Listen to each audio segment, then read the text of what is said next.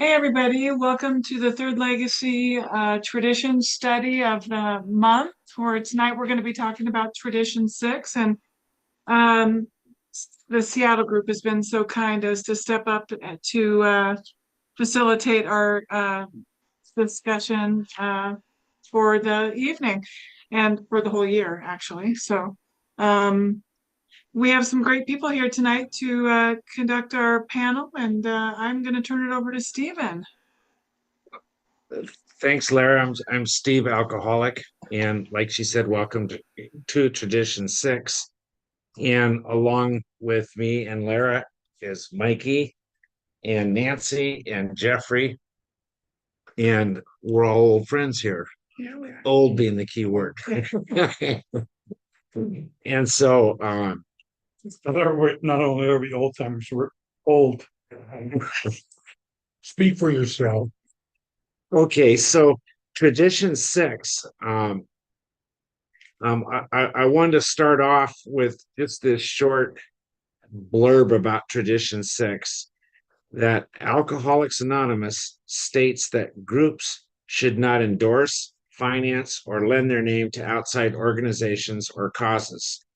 The tradition's purpose is to ensure that the group's primary purpose, which is Tradition 5, is to carry its message to the alcoholic who still suffers, that it's not interfered with. It also helps avoid confusion about what is and is not a 12-step group. Okay, so in Tradition 6, oftentimes when there's discussion, of course it comes up that, well, AA shouldn't run hospitals and treatment centers and stuff, and AA doesn't. Those have been tried, they've been tried before and failed, and it's not the AA way. But what can be more to the point today in our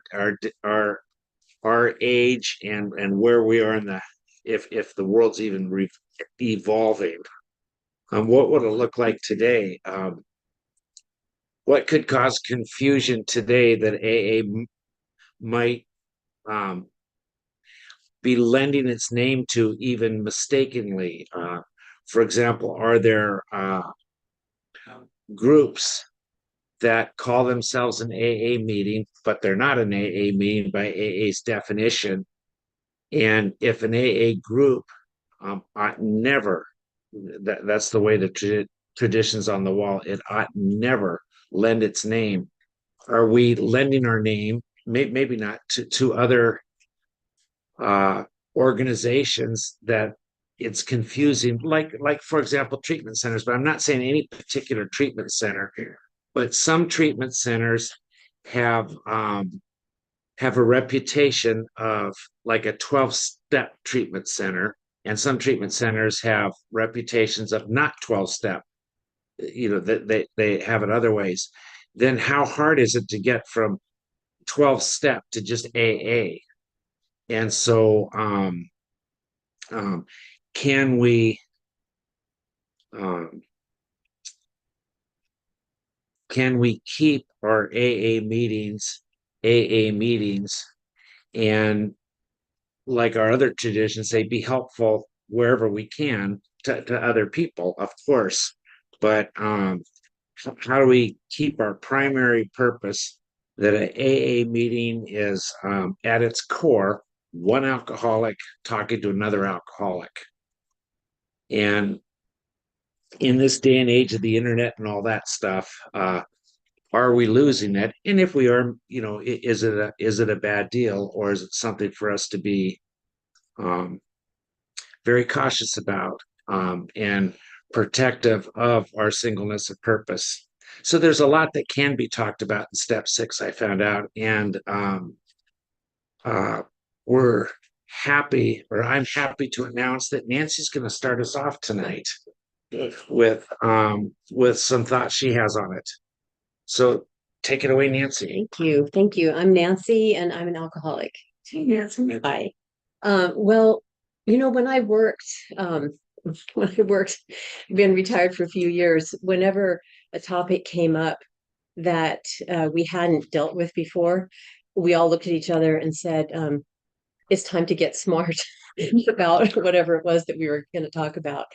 And so that's kind of what I felt like today, that, I've read Tradition 6 many times. I've chaired meetings on Tradition 6, and honestly, I had to really kind of pull it together to kind of get a good feel for what it is. And as Stephen read the actual tradition for us at the beginning, and that idea ensures that we don't associate the group or organization, AA organization, with any other groups or organizations, such as, there are other support groups like called Life Ring or Moderation Management, which sounds kind of interesting, but it is not AA.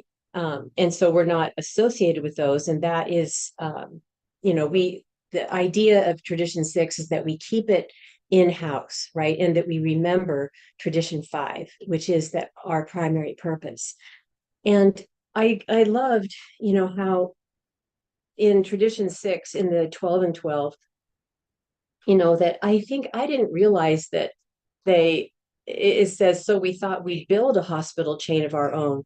People needed to be told what alcoholism was, so we'd educate the public, even rewrite school and medical textbooks. We'd gather up derelicts from skid rows, sort out those who could get well, and make it possible for the rest to earn their livelihood in a kind of quarantined confinement. Sounds a bit George Orwell to me. And who's to decide, who can get well and who needs to be confined to just to work in quarantine. But maybe these places would make large sums of money to carry on our other good works.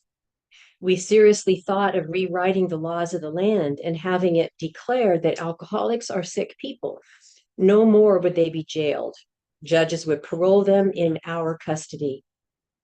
And then it occurred to us that we could take what we had into the factories and cause laborers and capitalists to love each other. Our uncompromising honesty might soon clean up politics. With one arm around the shoulder of religion and the other around the shoulder of medicine, we would resolve their differences. Having learned to live so happily, we'd show everybody else how. Why, we thought, our Society of Alcoholics Anonymous might prove to be the spearhead of a new spiritual advance. We might transform the world.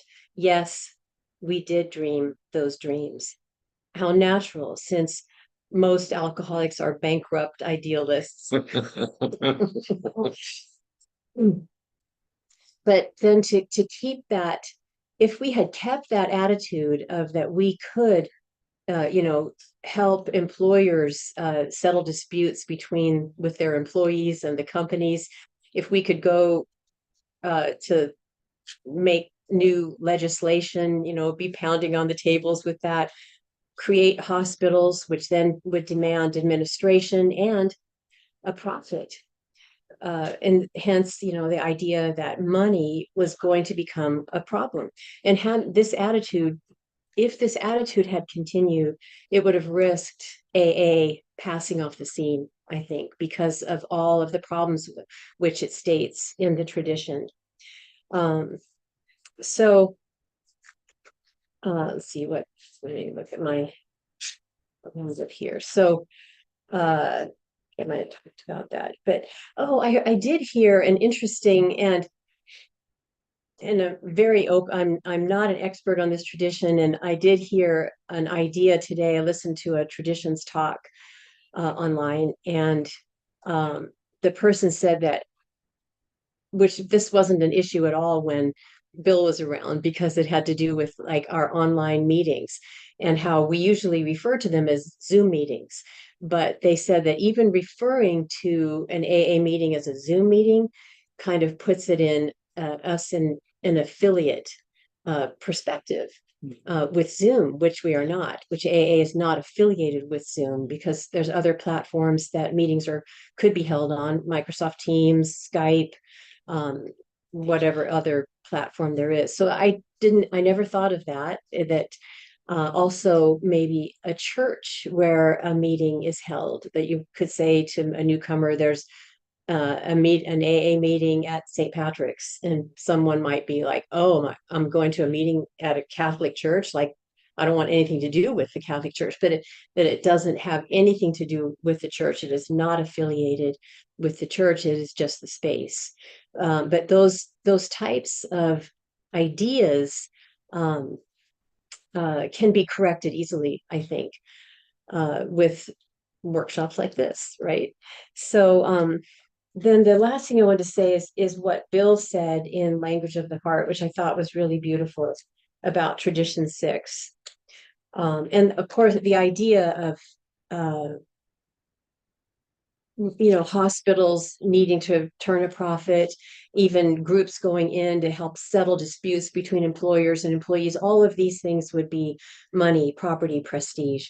And Bill says, of course, we of AA would be the first to say that many a fine enterprise does a lot of good with a lot of money. To these efforts, money is usually primary. It is their lifeblood.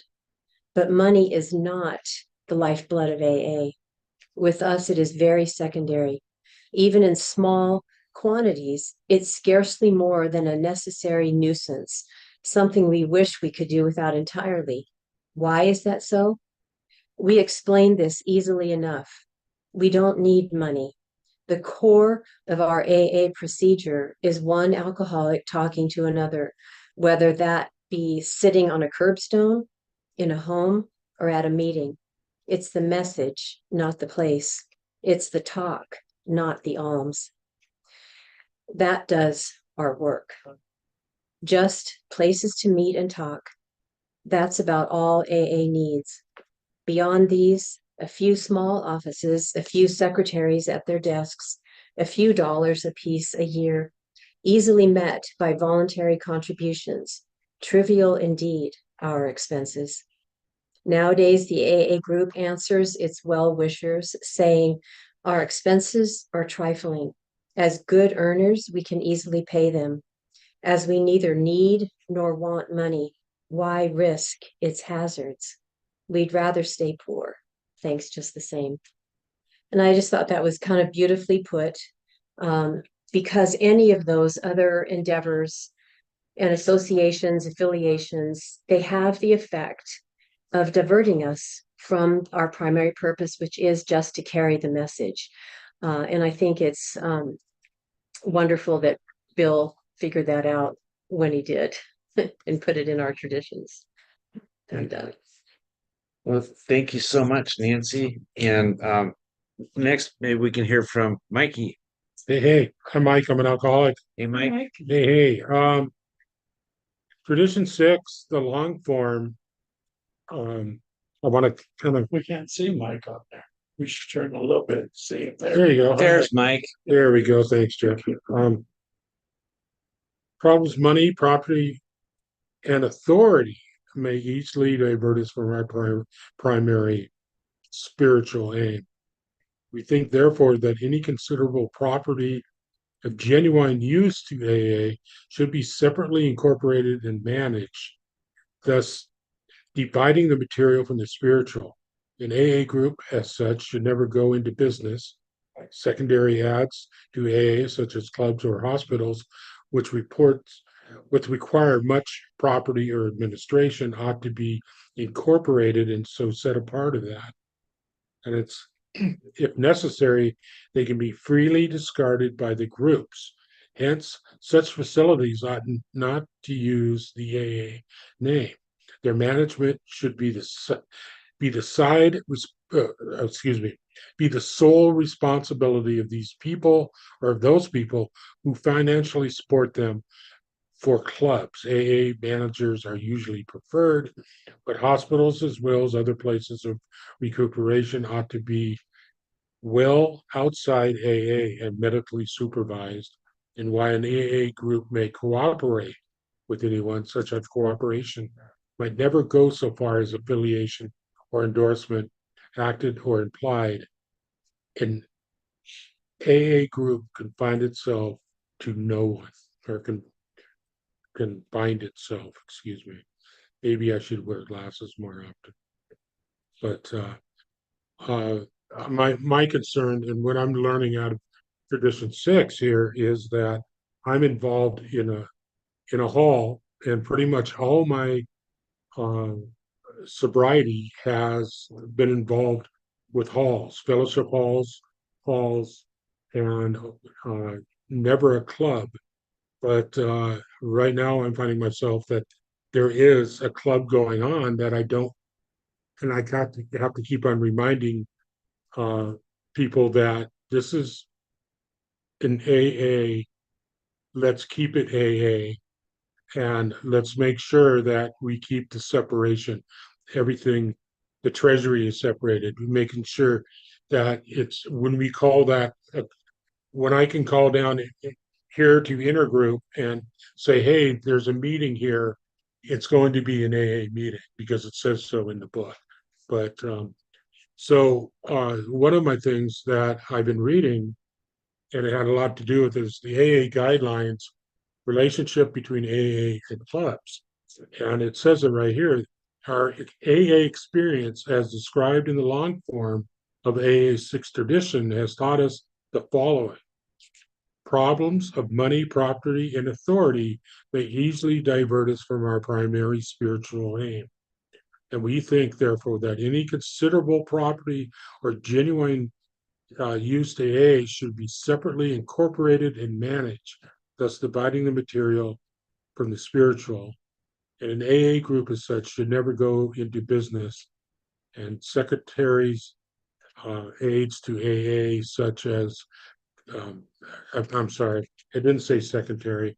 It's secondary aids to AA, such as clubs or hospitals, which require much property or administration, not to be incorporated to set us apart from that if necessary. And it seems like I'm repeating myself, but in accordance, in the next paragraph, it says, in accordance with tradition 6, which suggests that property be used by AA should be separately incorporated and managed. Thus, problems of money, property, prestige divert us from our primary purpose, and that is a club should not have AA or alcoholics in its name. And that's was very interesting to me because I came out of the north, out of the Phoenix Club, which really were strongly made sure that any of the groups that were in there, they weren't the Phoenix Club Broadway groups. There was a separation, and there was always clearly the seventh tradition was stated as where the funds were going, and we were doing as AA, doing things in AA tradition. I went down to Berrien and was in that hall, and they did the same thing. Everything was AA on board. It was a little bit different down at a New Beginning, but it was all right because people were doing what they can do best. There wasn't any controversy. The only controversy that came in is when new people came in and they wanted to have a CA meeting or they wanted to do an NA meeting. And there's a little bit because in the bylaws, which a lot of the halls do have, stated that a New Beginning could only have uh, 3 events a year and can only you cannot use it as a dance hall. You can't use a stage and everything. It's only for AA, and it's it's confusing to a lot of people that you could have that separation. But I think the definition of the AA hall is that you do AA stuff in an AA hall, and so now I'm affiliated with another hall that wants to do everything, wants CA, NA, HA, and AA.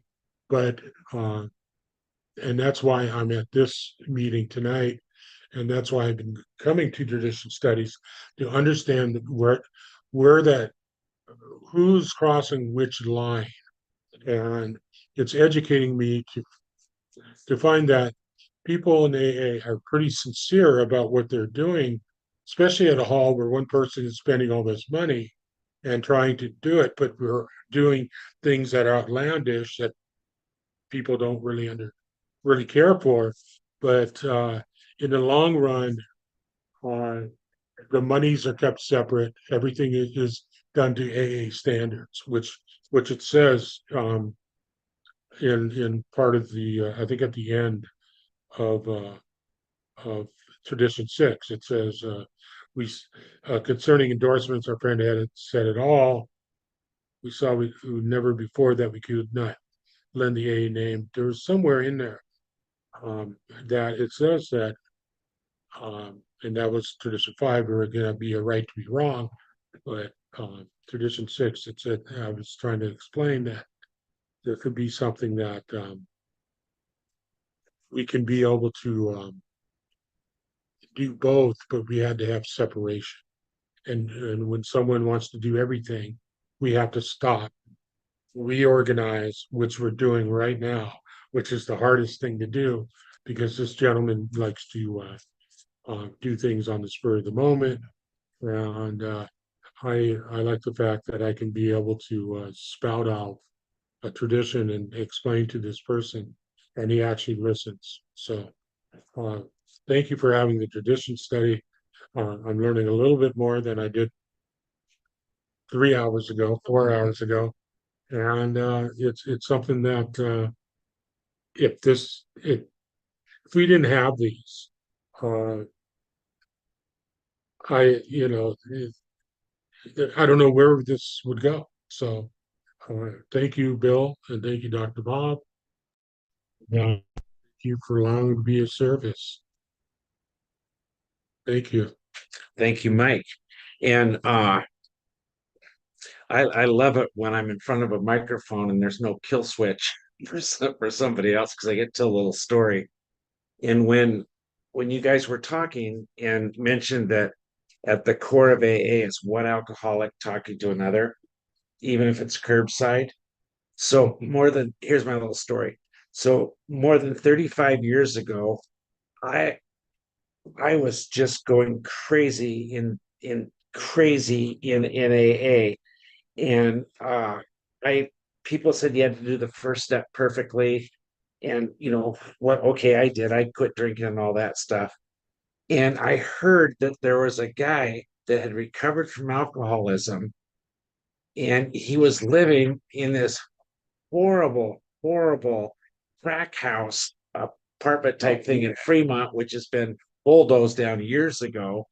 But the guy had recovered, and I was, how does a person do the second step? I just so the best reasonable thing I could do is go at like 2 a.m. because I couldn't sleep, and I'm throwing rocks at this guy's second-story window, and finally got his attention, and he's going like, "What?" Down in this parking lot, and I said, "How do you do the second step?" And he helped me. At any rate, coincidentally, Jeffrey's talking next. And thank you, Jeffrey. Thanks for the great lead-in, Steve. Of course, that was 35 years ago. Things have changed a lot since then. However, I was invited to another panel tonight at Key Recovery, and they had AA there, they have NA there, they have CA there, and they have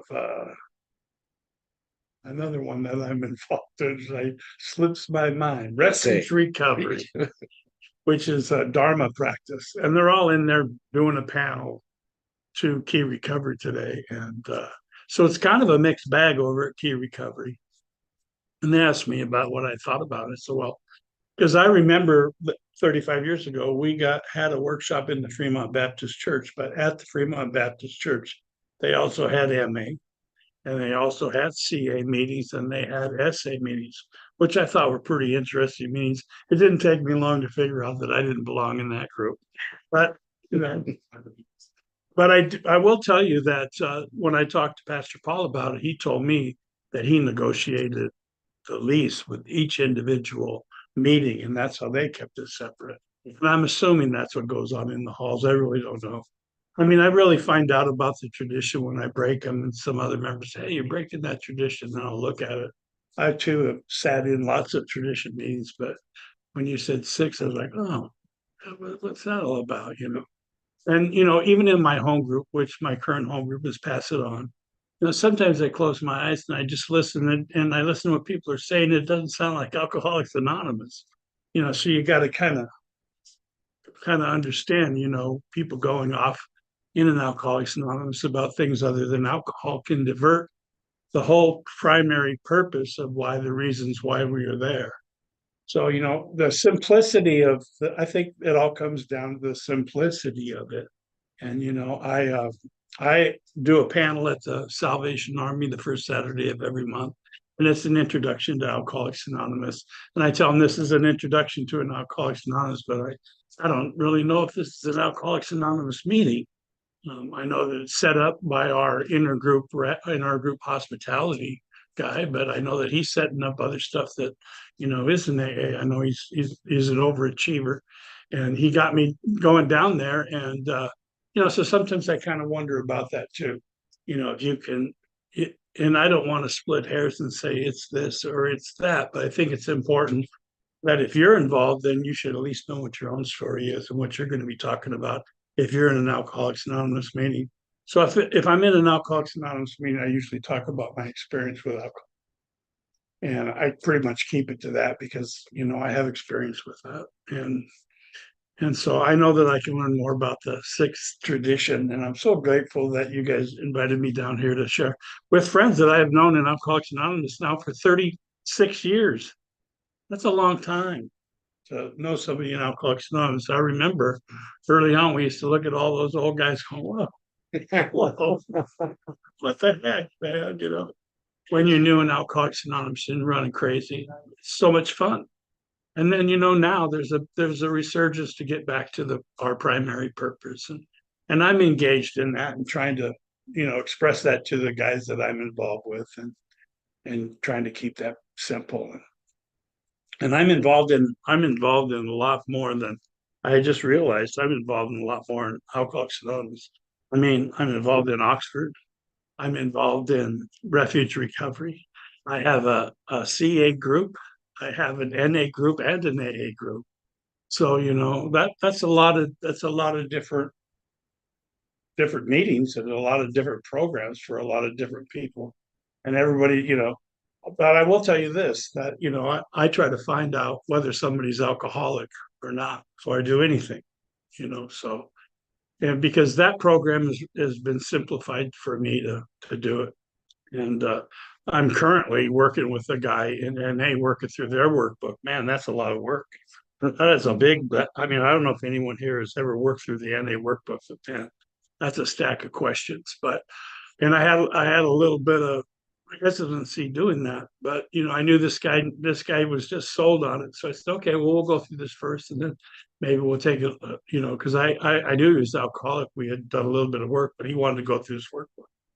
And it's taken us 8 months to get through the sixth step. And so anyways, I like to keep things simple.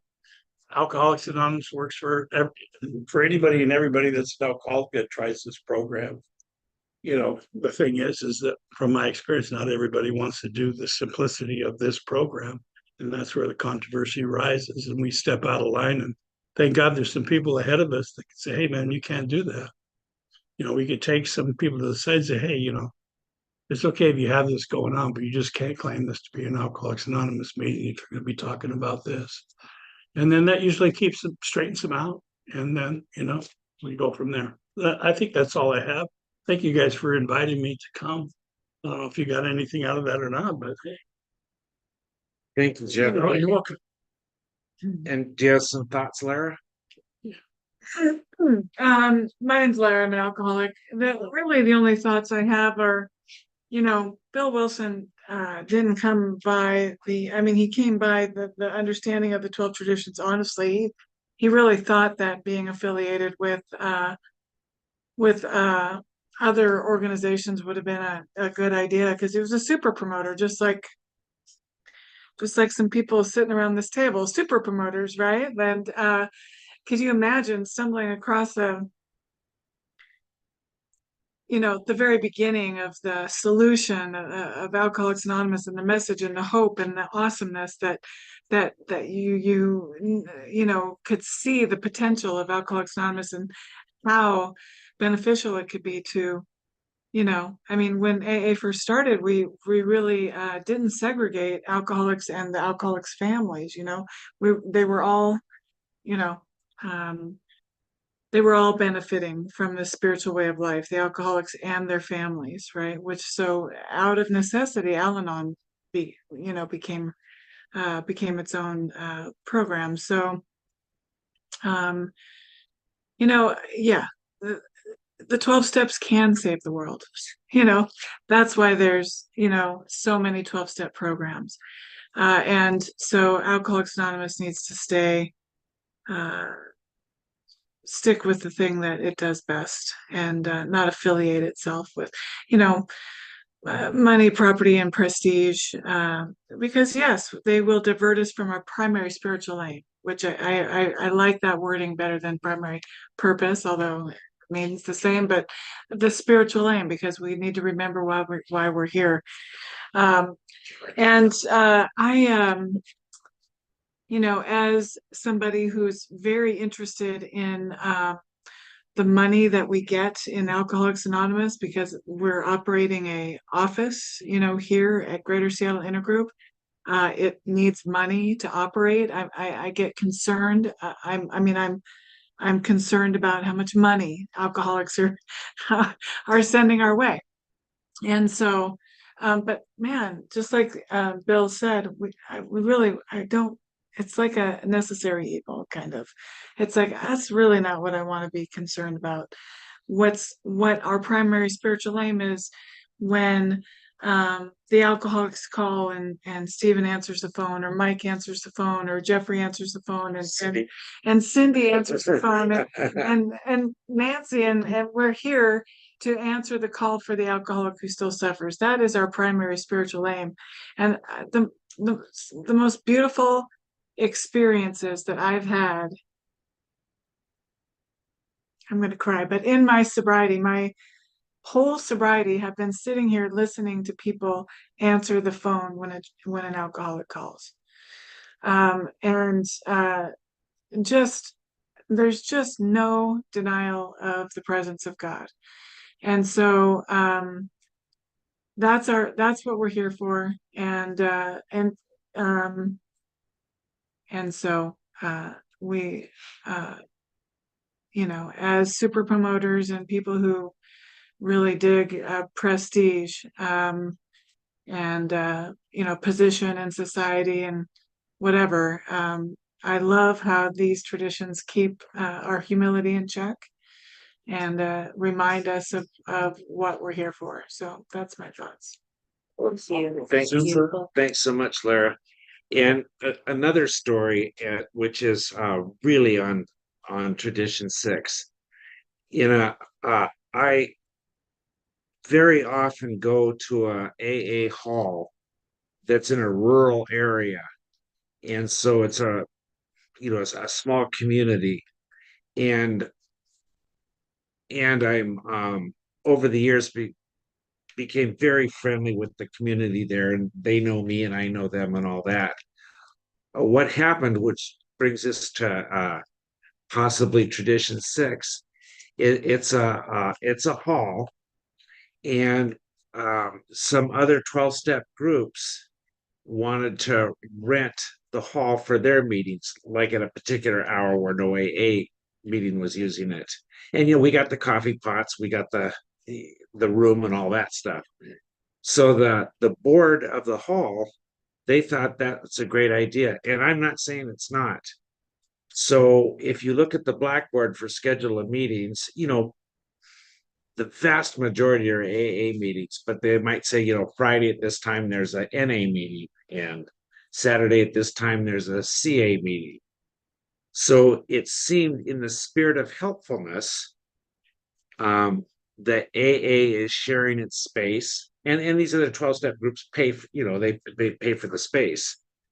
But what happened, and I think it's an unintended consequence, but kind of directly related to, an AA group I'd never lend its name. And now it's not, it is the perception in the community, as I understand it. It's just, that's the AA, it's all the same. And even from people that are definitely not, don't identify as an alcoholic at all, that may identify as a dues paying member of NA, for example. But they might, it's just an unintended consequence is the perception is just all the 12 steps are basically the same. And has that, or is it watering down the AA message? Because we've lent our space with the motivation of trying to be a good neighbor to other 12-step programs, but it changed from, hey, this is a AA place, to this is just a place where if you have a 12-step problem, you can go to. So, pardon me? Oh, I said to a fellow. Oh, don't we have the AA police there? No, no, I don't share that here. Check that meeting now. We don't share it up there. Down. I'm kidding. Yeah, so maybe some maybe some thoughts from the real alcoholics are in this room. No, we don't stay on Zoom on what? Online. Oh, at our online meeting. Cindy, did you have your hand up, Cindy? Thank you for sharing. She's Cindy. cracking up. You're on mute. And not anymore. Hi, I'm Cindy. I'm alcoholic. So, I love these tradition studies because I've never done anything like this before. And so to hear the things, the challenges that have come up before, it just adds to my whole experience of Alcoholics Anonymous. When I read that, all I think of is power. And one of the beauties of the organization is that everybody's the same. And the whole organization with sponsors and sponsees, and how much you kind of change, that we're all helping each other all the time, is that, and that there isn't a power struggle. And when you start dealing with larger organizations where you divert your what you're looking at to money, to hospitals or whatever, that I'm kind of losing my ability to say all this. You do divert your purpose, and there is a hierarchy that evolves, I think, when you start looking into ways of treatment and businesses and more money, money. I mean, so I love, personally, I just love how simple it is and how we can help each other, and it makes me feel like I can make a difference and that other people can impact me. There you go. And I listen to all the conversations which have happened in the office since I've been showing up on Wednesdays about things like, should there be different types of meetings in different buildings, or can you talk about other kinds of addictions in an AA meeting? And I'm just learning so much. I never really thought about it, so it's so cool to hear what people have to say who have thought about it and lived it. So there you go. Thank you. Thank you. Thank you. Thanks, Susan. and Bernice, thanks again for joining us. There you go. You're worth it. Well, I thank you for that. It takes a minute for me to get things together because I've got buttons to push and things like that. But hi, my name is Bernice and I'm an alcoholic, and thank you so much for this study. And I really am studying. That's what I'm trying to do. I'm trying to learn. And especially with this particular tradition, I really don't know a whole lot. I really don't. And so I'm really trying to get to the heart of it as in a consensus with everybody. You know, everybody who is in this meeting is discussing their opinions as well as offering literature that supports those opinions or doesn't support it, depending on what the opinion is. And I can really appreciate that. And I do. Mikey was saying something about AA guidelines and relationships between AA and clubs, and liking to be able to spout that information. And I would love to be able to spout that too. Where did he get that? I Googled AA guidelines for clubs and for AA and clubs, and it's a PDF file. And Okay, so it came out in a little 2-page document. You can Oh, download okay. it. You can download it on aa.org. So basically it's AA.org, but if you want to get straight to it, I just Googled AA relationships between AA and clubs. And Should be right there. that's the actual title of the document? Yeah. Awesome. Yeah. Okay. See, I didn't know that. And like I said, that's why I'm here. I'm here to learn.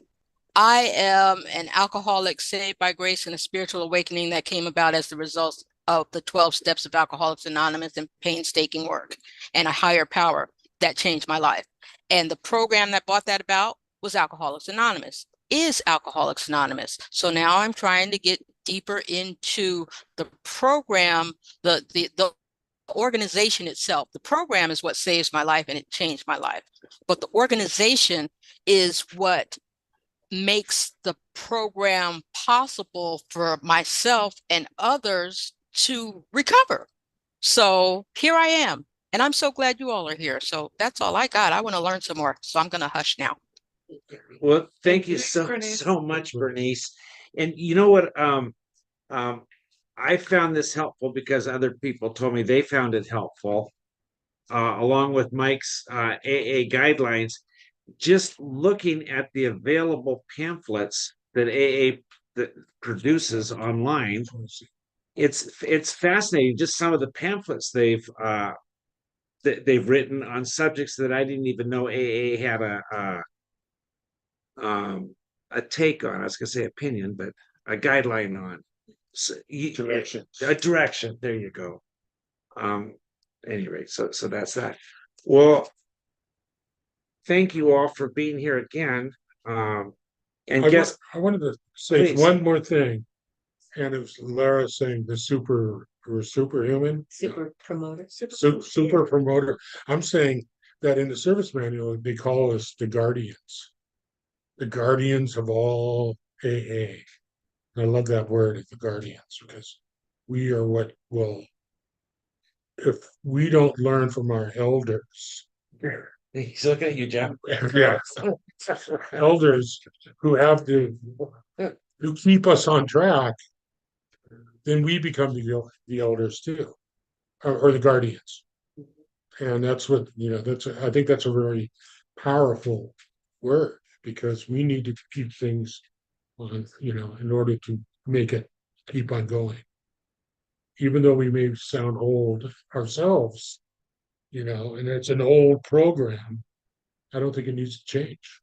So, Yeah, I do. I think that way too these days. I mean, I really do. I mean, I used to look up to some older AA members, that have all passed on, which, now there's none between them and me. And I think, well, what am I doing to, carry that message? So I'm real glad that you guys invited me here, hopefully I can participate more in this. And we can figure out a way to, at least in our community, to, share the information that we have to keep things moving in a positive direction. Got to keep the riffraff out. Yes. Hey, I do have the police after. If I can hop in on that a little bit, I really appreciate what he said about being a guardian, because I think that's what the responsibility statement is about. It's about guardianship. And so that's my 2 cents on that one. Because really, I think that's what it's all about. It's about guarding this thing that is so precious, although at the same time realizing that there's only one ultimate authority, and that's a loving God. And if that loving God decides to do something else with it, we'll find out about it later. But in the meantime, we guard it, and for that, we're responsible. So thanks. Perfect. Wow, and And what a that's more than 3 cents. what a what a great segue into a way to close the meeting tonight. But before we do, with the responsibility prayer, want to invite everybody next July, the 4th Tuesday, which the date is